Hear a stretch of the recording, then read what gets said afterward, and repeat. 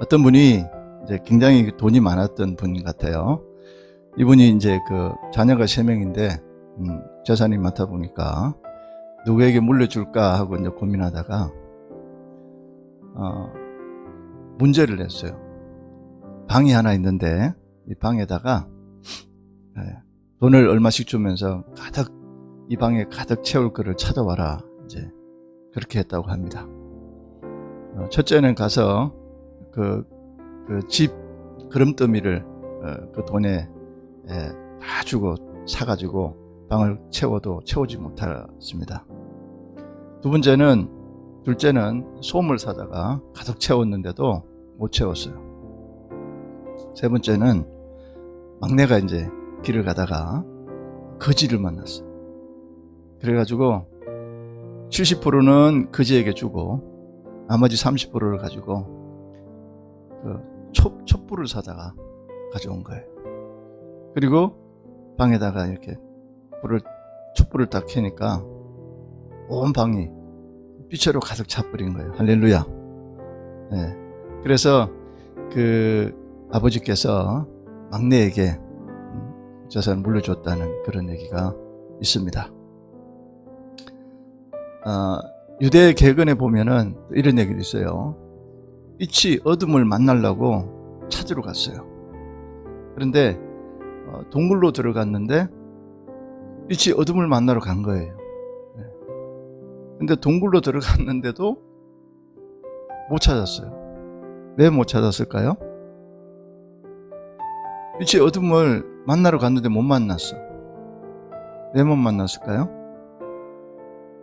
네?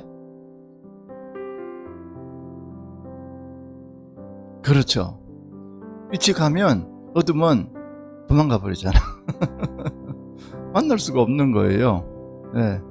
도저히 만날 수가 없는 그런 거잖아요. 그래서 이 대림절에 이제 예수님은 빛이신데 빛 대신 예수님께서 이 땅에 오셨잖아요.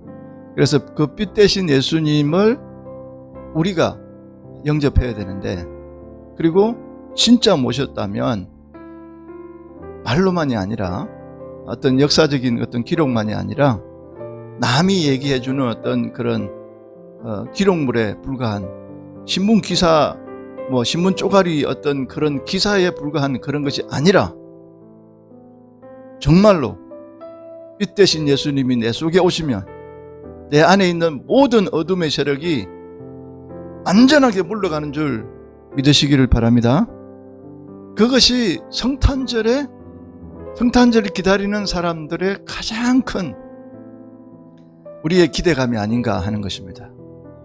남이 저분이 영접했는데 어둠이 물러갔더라, 이게 아니고 누구나 다 남녀 고하 빈부귀천을 막론하고 어떤 사람이든지 간에 그 빛이 가는 곳에는 어둠이 있을 수가 없어요. 그렇죠? 빛과 어둠이 같이 살 수가 없잖아요. 선과 악이 같이 공존할 수 없듯이, 생명과 죽음이 같이 공존할 수 없듯이, 예수 그리스도를 믿는 자는 죽음에서 생명으로 완전히 옮겨줬다. 그 죄의 바다에서 빠져서 허우적대는 것을 완전히 건져서 새 생명으로 만들어 주셨다. 나는 이제 내가 죽고 예수로 살아가야 될 예수님의 사람이다. 그리스도를 찬양하는 크리스찬이다. 그리스도인이다. 쉽게 말해서 우리나라 말로는 예수쟁이다. 예수님께 미친 사람이다. 툭 치면은 입에서 나오는 것이 예수님이다. 그렇죠? 눌렀는데, 그 풍선을 눌렀는데 공기가 빠져나오잖아요. 그렇듯 우리를 툭 치면은 뭐가 나와야 돼? 예수님이 나와야 돼. 예수님, 할렐루야. 나의 구원과 나의 삶의 주인은 예수님. 그렇게 나와야 되잖아요. 그것이 성탄절이 1년에 한 번씩 이렇게 우리가 기념으로 섬기는 이유가 아닐까 하는 것입니다. 그런데 이 성탄절이 그냥 예수님이 탄생할 거라고 하는 것을 이사야나 성경 곳곳에 기록이 되어 있고 예언되어 있던 그 말씀 그대로 이루어졌다고 하는 사실입니다. 그것이 오늘 우리가 읽었던 마태복음에 있는 4장 말씀에 이사야서에 있는 말씀인데 우리 한번 말씀으로 들어가서 좀 생각해 보도록 하겠습니다.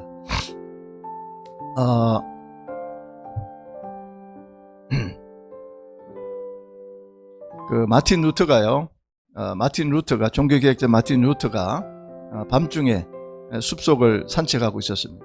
그날은 마침 크리스마스 이브였다고 합니다.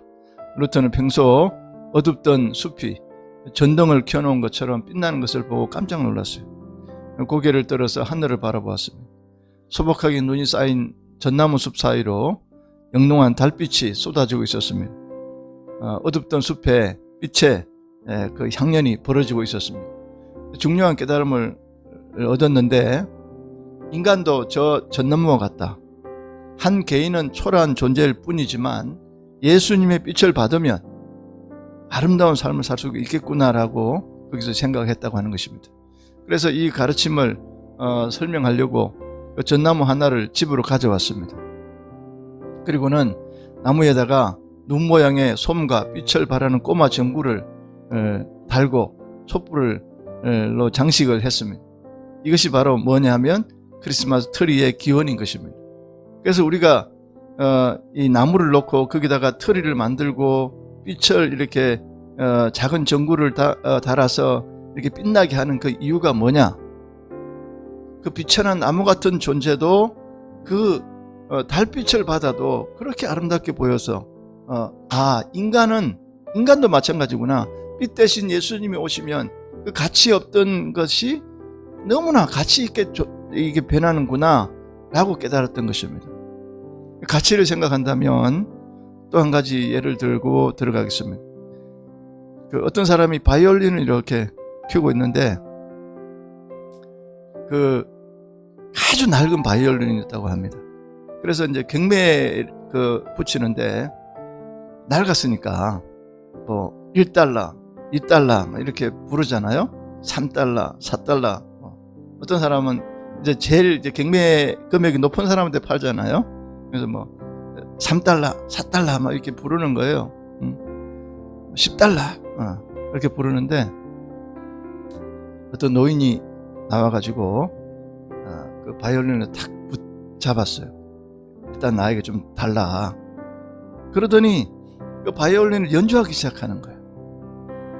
너무너무 아름다운 음악이 흘러나오니까 아니 그 쓰레기처럼 생긴 그 바이올린에서 저렇게 귀한 음악이 흘러나올 수 있나? 이야 저거 그 옆에 있던 사람이 저거 1000달러 이런 거예요. 2000달러 3000달러 계속 올라가는 거야. 뭐. 응? 아니 아까는 1달러 가치밖에 안 보였던 것이 쓰레기 같이 보였던 것이 한 사람이 연주를 갖다가 너무너무 멋있게 하니까 와 저렇게 아름다운 소리가 날 수 있어? 그래가지고 계속 가치가 올라갔다고 하는 그런 겁니다. 그래서 제일 높은 금액을 부른 사람에게 팔았다는 그런 얘기가 있어요. 무슨 얘기입니까? 아무리 비천하게 보이고 약하게 보여도 누구의 손에 들어가느냐에 따라서 가치는 달라지는 것입니다. 아무리 그릇이 약한 그릇일지라도 거기다가 무엇을 담느냐에 따라서 그 값어치는 달라지는 것입니다. 아무리 그 깨질 수밖에 없는 질그릇 같은 그릇이라도 거기에 금덩어리가 담겼으면 그거 여러분 얼마에 사시겠습니까? 그 시세만큼 돈을 줘야 살 수 있지 않습니까? 그렇잖아요? 자, 그보다 훨씬 세상은 우리를 보고 가치 없다고 조롱하고 손가락질 할지 모르지만 여러분과 저는 가치 없는 존재일 수밖에 없지만 우리 속에 누가 계시다고요? 예수님이 계시잖아요.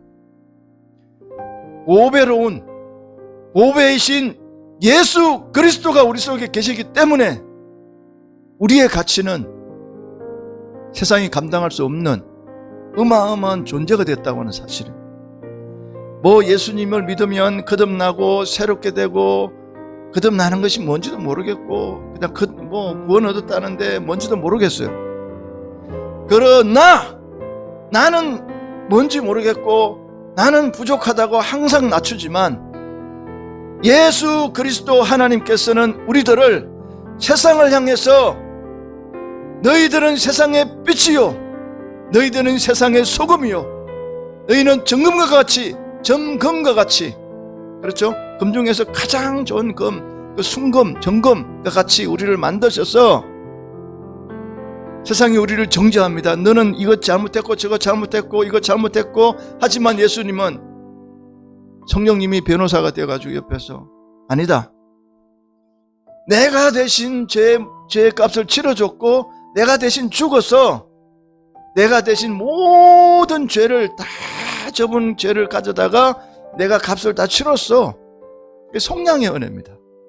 대속의 은혜입니다. 이것 때문에 예수님이 성탄절에 태어날 수밖에 없었고 인카네이션 우리 육신의 몸을 입고 올 수밖에 없었던 그런 것 아니겠습니까? 이것을 믿는 자는 영생을 얻었고 사망에 이르지 아니한다 그랬어요. 할렐루야. 이것이 우리를 향한 하나님의 너무도 귀한 그런 사랑이 아닌가 이것을 깨달아야 한다는 것입니다. 그래서 자 오늘 이제 말씀을 좀 들어가 볼까요?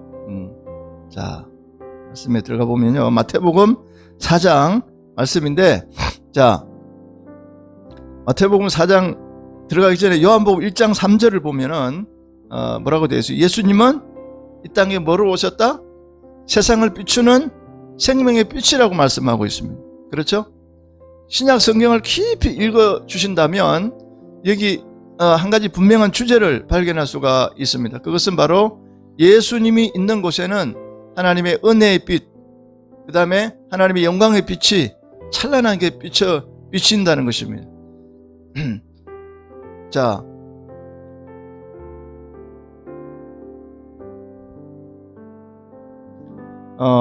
해가 있는 곳에 아까도 말했듯이 해나 빛이 있는 곳에 어둠이 존재할 수가 없잖아요. 왜냐하면 그 자체가 같이 이렇게 공존할 수가 없다고 하는 사실입니다.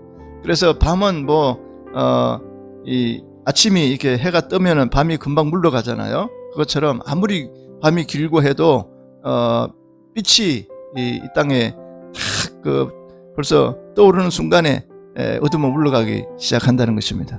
그런데 어둠 속에 우리가 잠을 잘 때도 빛이 없는 것이 아니고 다른 곳에 있는, 그죠? 해가 지금 이렇게 돌고 있어서 다른 곳에 있잖아요. 우리가 지금 안 보여서 그렇지. 바로 그런 것입니다. 그래서 빛과 어둠은 공존할 수 없다. 또 요한 1장 5절에 보면은 우리가 그리스도에게서 들어서 여러분에게 전하는 소식은 이것이니 곧 하나님은 빛이시요 하나님 안에는 어둠이 조금도 없다는 그런 말씀을 하고 있습니다. 하나님은 모든 빛의 근원이 되시는 분이시오 빛 그 자체이기 때문에 그에게는 어둠이 조금도 있을 수 없다는 것을 이해할 수 있는 것입니다. 또 그가 계신 곳에는 언제나 빛이 있게 마련인 것입니다. 그런데 하나님은 어디에나 계신 분이시기 때문에 하나님이 지으신 모든 세계에 빛이 충만하게 있는 것입니다. 다만 잠시 그 빛을 가리는 것들이 있어서 거기에 어둠이 깃들 수 있습니다. 그 어둠은 영원한 것이 아닙니다. 가리는 것들이 치워지는 순간 어둠은 물러가고 빛으로 충만하게 되는 것을 알 수가 있습니다. 자, 때로는 어둠이 빛보다 우세하게 보일 때가 있을 수가 있잖아요. 그러나 그때도 빛은 그 너머에 계셨다는 것입니다. 결코 어둠은 영원할 수 없습니다. 빛은 영원합니다. 그러나 어둠은 일시적인 것입니다. 이 하나님의 빛의 역사는 영원하지만 그것을 가리는 악의 어둠의 회방은 일시적이라는 것입니다. 결국은 물러갈 수밖에 없다. 결국은 빛이 어둠을 이길 수밖에 없는 그런 존재로 우리가 이 땅에 살아가고 있다는 것입니다. 자, 이런 관점으로 볼 때 우리는 이 세계 역사를 새롭게 볼 수 있다고 하는 것입니다. 우리는 빛 속에 예수 그리스도라는 그 빛 속에 우리는 살아가고 있습니다. 이것을 우리의 인생관으로 삼아가고 우리 신앙관으로 삼을 수 있어야 된다고 하는 것입니다. 빛이 없는 세상은요 온갖 범죄와 죽음이 어둠이 지배하는 그런 곳이 되고 마는 것입니다. 그러나 본래 빛으로 창조된 세상이기 때문에 빛을 받지 않으면 세상이 병들고 시들고 그럴 수밖에 없는 그런 세상 그 존재 자체라는 것입니다. 이걸 우리는 알아야 된다고 하는 것이죠. 자, 그래서 오늘 본문 말씀 보니까요, 멸시받고 또 멸시받던 땅, 어둠의 땅, 서불론과 납달리, 그리고 요단 저편 해변과 이방의 갈릴리, 그렇죠? 이곳에 예수님이 오시니까 영광의 빛이 환하게 비쳤다, 이렇게 말하고 있습니다. 자, 본문 13절에서 16절에 우리 한번 다시 읽겠습니다. 나사렛을 떠나 서불론과 납달리 지경 해변에 있는 가버나움에 가서 사시니 이는 선지자 이사야로 하신 말씀을 이루려 하심이라. 일러서되 서불론 땅과 납달리 땅과 요단강 저편 해변길과 이방의 갈릴리여, 흑암에 앉은 백성이 큰 빛을 보았고 사망의 땅과 그늘에 앉은 자들에게 빛이 비치었도다 하였느니라. 아멘. 자, 이 말씀은 예수님의 탄생을 예고한 이사야 선지자의 말씀을 인용한 것입니다.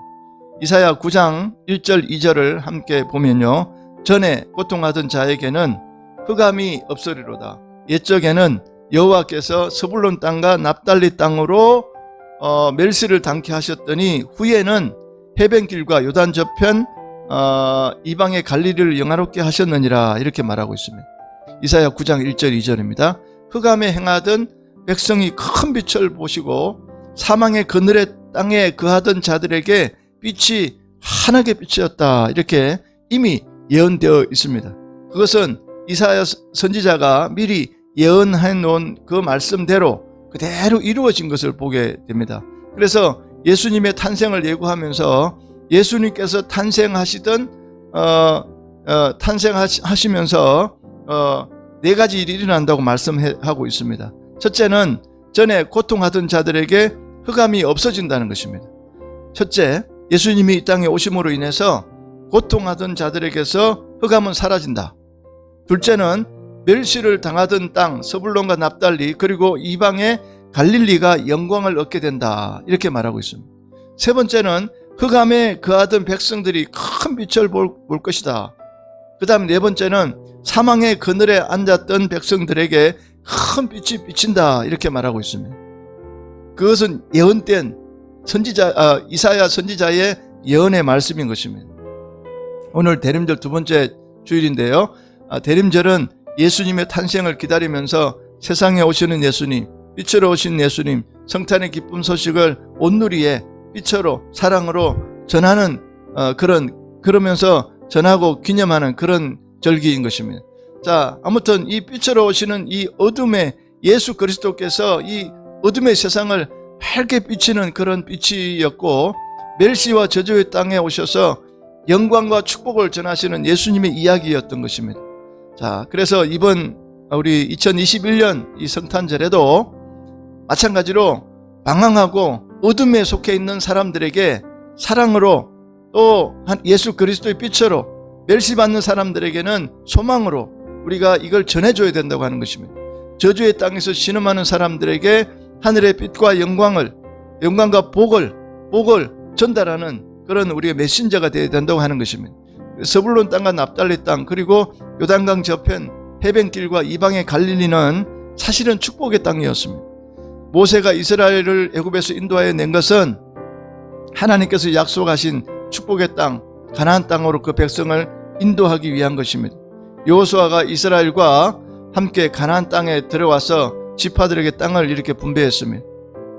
그리고 서불론 땅과 납달리 땅도 하나님께서 약속하신 축복의 땅, 젖과 꿀이 흐르는 아름다운 땅, 그런 땅 가운데 하나였습니다. 하나님은 이 땅을 서불론 지파와 납달리 지파에게 나누어 주면서 이 땅을 행복하고 그 다음에 평화로운 미래를 약속하고 젖과 꿀이 흐르는 땅이라고 축복해 주었던 것입니다. 그런데 어떻게 됐습니까? 결론은 이스라엘은 가나안 땅에 들어와서 하나님의 법도를 지키지 않았습니다. 그들은 하나님이 이전에 쫓아낸 가나안 백성들과 마찬가지로 우상을 숭배하고 불의와 제약을, 탐욕을, 폭력으로 그 땅을 가득 채웠습니다. 그들은 하나님의 약속하신 축복의 땅을 죄와 저주의 땅으로 만들었습니다. 그래서 이들에게 멸시와 저주와 암흑의 시대가 임했던 것입니다. BC 721년에 아수르가 북왕국 이스라엘을 멸망시켰습니다. 아수르는 이민 정책을 사용하여 이스라엘 백성들은 다른 나라에 이주시키고 다른 민족을 이스라엘에 이주시켜서 서로 이렇게 혼인하게 하고 섞여서 이렇게 혼혈족이 되게 만들었습니다. 그래서 서불론 땅과 납달리 땅과 요단 저편 이방의 갈릴리는요 혼혈 민족이 많이 생겨났습니다. 쉽게 말해서 혈통적으로 순수 혈통이 아니었습니다. 이제는 막 섞여가지고 그렇게 됐던 것입니다. 그래서 이스라엘은 하나님이 선택한 민족으로 자부심과 순수성을 지켜왔는데 이제 혼혈 민족이 되고 이방의 풍습과 우상과 신앙과 막 이게 문화가 섞여가지고 이게 하나님의 그 순수성은 사라져 버렸습니다. 예수 그리스도를 믿는 사람들이 가장 조심해야 될 것이 바로 그런 것입니다.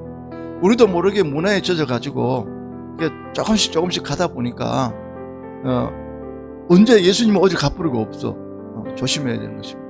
그래서 우리는 오직 정신 차리고요, 오직 믿음으로, 오직 말씀으로, 오직 성경으로, 오직 복음으로, 오직 예수님으로 이렇게 살아가야 된다고 하는 것입니다. 네. 정신 차려야 되는 때가 이때가 아닌가 그렇게 생각합니다. 그래서 이 지방의 땅이 흑암의 땅이 돼버렸습니다. 사망의 그늘이 지기 시작했습니다. 멸시와 저주의 땅이 되기 시작했습니다. 여러분 땅만 그렇습니까? 개인들도요 자기도 모르게 거기에 젖어서 살다 보면 그렇게 될 수 있어요. 조심해야 되는 것이죠. 그런데 예수님께서 이 땅으로 오셨습니다. 무슨 땅으로 오셨어요? 서불론과 납달리 그 이방의 땅, 갈릴리, 가난과 저주와 그 흑암의 땅으로 누가 오셨어요? 예수님 오셨어요. 네. 12절 13절 보면요, 예수께서 요한의 잡힘을 들으시고 갈릴리로 물러가셨다가 나사렛을 떠나서 서불론과 납달리 지경 해변에 있는 가버나움에 가서 사시니, 굉장히 역사적인 그런 의미가 있는 그런 것입니다. 예수님께서 멸시받던 어둠의 땅에 오시니까 흑암에 앉은 백성들이 큰 빛을 보게 되었습니다. 멸시받던 땅은요 영광의 땅으로 변화를 받았습니다. 예수님께서 거기에 오시니까 그 땅의 위상이 달라졌습니다. 가치가 달라졌습니다. 운명이 달라졌습니다. 그뿐 아니라 그곳에 살던 사람들도 운명이 달라졌습니다. 그리고 하늘의 빛으로 영광을 입었습니다. 갈릴리 호수 서편에 있는 조그만 마을 막달라에 있는 마리아라는 여자가 있었습니다. 그가 7 귀신에 들렸습니다. 완전히 미쳤다는 말인 것입니다. 사랑하는 딸이 완전히 미쳐서 사람들이 가까이 하려고 하지 않았습니다. 그래서 그 부모의 심정으로 바라본다면 굉장히 마음이 아팠겠죠. 그러나 그녀는 그 동네 수치거리였지만 예수님을 만났습니다. 그렇죠? 빛 대신 예수님을 만났어요. 그리고 나서 그녀의 인생은 완전히 바뀌었어요. 그녀에게서 귀신이 완전히 떠나갔습니다. 쫓겨났습니다. 그리고는 깨끗함을 받았습니다. 그리고 예수님을 따르는 그런 삶으로 살았습니다. 그 중심 그룹의 한 사람이었습니다. 전해져 내려온 그에 의하면 최초의 집사님이셨다 이렇게 얘기가 있습니다. 아무튼 그분은 십자가 앞에까지 예수님을 따라갔습니다. 그리고 그녀는 예수님 부활하실 때에 예수님의 부활을 가장 먼저 목격한 증인이 되었습니다. 예수님은 가장 먼저 마리아에게 부활의 증인으로 그런 볼 수 있도록 사명을 주신 것입니다. 마리아는 초대교회의 여자 사도로 불리었다는 사실이 최근에 드러났습니다. 아무튼 이제 이 여자분은 영광의 사람이 된 것입니다. 예수님을 만남으로써 어둠에서 빛으로, 멸시에서 영광으로, 저주에서 축복으로 옮겼던 것입니다. 뭐 그뿐이겠습니까? 예수님을 만났던 모든 사람들은, 예나 지금이나 성경에 있는 인물 모든 사람 모두가 다 안 변한 사람이 없습니다. 다 변했습니다. 저주에서 축복으로 옮겼습니다. 영광의 땅으로 옮겼습니다. 여러분과 저도 옮긴 줄 믿습니다. 뿌리째 뽑아가지고 거기서 뿌리째 하나님이 파가지고 하나님의 거룩한 백성의 땅으로 옮기셨습니다. 어둠에서 생명으로 우리를 완전하게 옮겨 놓으셨던 것입니다. 그래서 우리는 예수 그리스도를 믿음으로 인해서 이제 완전한 새 사람이 된 것입니다. 이전 것은 지나갔으니 보라 새 것이 되었도다. 이거는요 될 것이다가 아닙니다. 완전히 선포입니다. 이제는 옛날로 돌아갈 수가 없어요. 돌아갈 수가 없습니다. 이제는 완전히 예수 그리스도께서 우리를 선포해 주신 것입니다. 완전히 새 사람으로 만들어 주신 것입니다. 이제는 새 하늘과 새 땅을 바라보면서 이제는 그 천국 소망을 가지고 살 수 있는 그런 존재가 된 것입니다. 어마어마한 가치적인 존재가 된 것입니다. 이 땅에 뭐 소유 물질이 많고 적고 그게 문제가 아닙니다. 예수 그리스도 그분을 믿는 한 우리는 거룩한 존재로 너무나 어마어마한 은혜의 덩어리로 은혜의 바다에 헤엄치는 사람으로 우리를 만들어 주신 것입니다. 할렐루야. 그래서 예수님이 계신 곳은요, 아무리 흑암이 가득해도요, 그곳이 뭐가 됐습니까? 그곳이 빛이 됐습니다. 예수님 때문에 빛으로 빛나게 됐습니다. 멸시받던 사람이 예수님 만나면요, 영광의 사람으로 변화되었습니다. 이러한 예수님 만나니까 빛과 영광이 그분과 함께 했습니다. 그런 사람이 우리는 되어야 됩니다.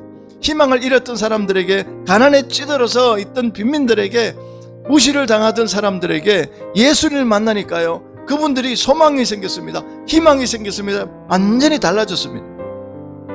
그뿐이겠습니까? 우리 18절 22절에 18절에서 22절 안 읽었지만 제가 읽어드리면, 갈릴리 해변에 다니시다가 두 형제 곧 베드로라 하는 시몬과 그 형제 안드레가 바다에 그물 던지는 것을 보시니 저희는 어부라 말씀하시되 나를 따라오너라 내가 너희로 사람을 낚는 어부가 되게 하리라 하시니 저희가 곧 그물을 버려두고 예수를 쫓으니라. 거기서 더 가시다가 다른 두 형제 곧 세베대의 아들 야고보와 그 형제 요한 그 부친 세베대와 한 가지로 배에서 그물 깁는 것을 보시고 부르시니 저희가 곧 배와 부친을 버려두고 예수를 쫓으니라. 아멘.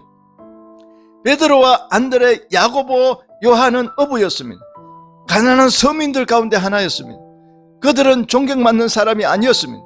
그러나 희망을 잃고 하루하루 그냥 겨우 버티며 살아가는 그들에게, 빈곤층이었던 그들에게 예수님이 찾아오셨습니다. 그들을 부르셨습니다. 그리고 제자 삼아 주신 것입니다. 그들은 예수님을 따르기 시작하면서 인생이 바뀌었습니다. 그들의 삶의 목적도 바뀌었습니다. 그들의 이름은 지금 하늘의 별과 같이 이 지구상에 인간이 있는 한 성경에 다 기록되어 있잖아요. 얼마나 빛나는 이름이 존재가 됐습니까? 그렇죠? 예수님을 안 만났으면 그런 일이 없잖아요. 예수님 만났기 때문에 그렇잖아요. 여러분과 제 이름도요, 성경에 기록은 안 되어 있지만요, 그 아브라함 후손으로 계속 하나님 나라의 그 생명책에 이름이 기록되어 있는 것입니다. 할렐루야. 그래서 누구의 이름도 예수 그리스도의 생명책에 다 기록되어 있을 수밖에 없습니다. 영광의 사람으로 변화될 수밖에 없다는 것입니다. 그래서 예수님은 질병과 저주의 또 장애의 어떤 그런 저주를 받은 사람들에게도 축복의 사람이 되었던 것입니다. 자, 24절 또 보면요, 그의 소문이 온 수리아에 퍼진지라 사람이 모든 앓는 자, 곧 각색병, 고통에 걸린 자, 귀신 들린 자, 간질하는 자, 중풍병자들을 데려오니 저희를 고치시더라. 네, 이겁니다. 이 말씀에 금행되고 있는 모든 병의 종류, 각색병, 고통에 걸린 자, 귀신 들린 자, 간질하는 자, 그리고 중풍병자의 저주는, 그 모든 것들은요, 그 당시에 그 개념으로 본다면 전부 저주받은 병이었습니다. 죄의 대가라고 생각했던 것입니다. 그런데 그분들마저도 예수를 만나니까요, 모두 다 병이 떠나가고요, 치유가 되었던 것입니다. 고침을 받았습니다. 회복이 되었습니다. 그들도 영광의 사람이 되었습니다. 변화되었습니다. 축복의 사람이 되었습니다. 그들에게도 인생의 문제가 해결돼 버리는 것입니다. 얼마나 감사합니까? 예. 그래서 예수 그리스도 빛 대신 예수님이 가는 곳곳마다 그런 역사와 기적과 이적이 나타났던 것입니다. 여러분과 저도 지금도 마찬가지입니다.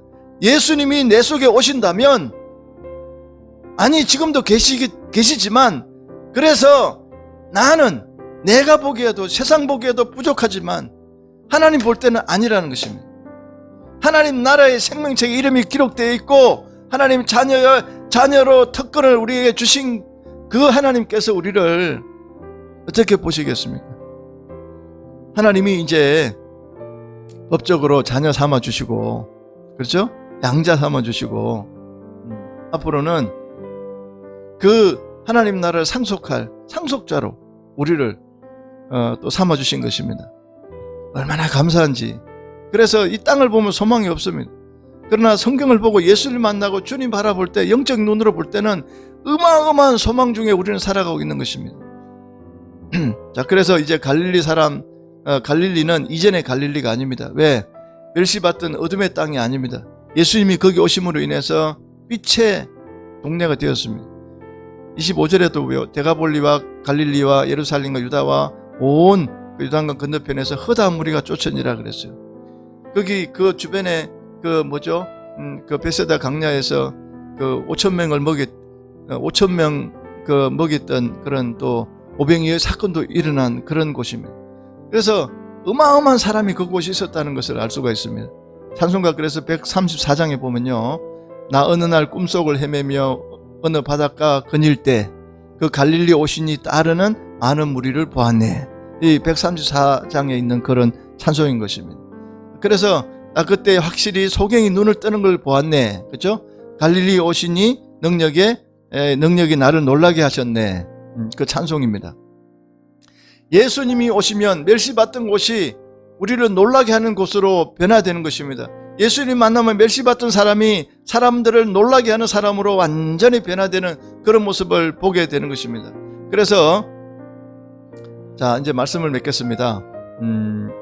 자, 1875년에 달레 선교사가 쓴 조선 교회사라는 그런 게 있습니다. 그래서 로마 교황 피우스 9세라는 분이 서문을 썼는데, 주의 교회는 멸망도 영락도 없다. 진리를 위하여 정언하고 모든 나라 사람들을 구원하기 위하여 세운 주의 교회는 어떤 장애가 있을지라도, 어떤 폭군의 면전에서라도 항상 이러는 곳마다 예수 그리스도의 진리를 정언하고 모든 사람을 구원하는 사명을 수행한다. 이렇게 써져 있습니다.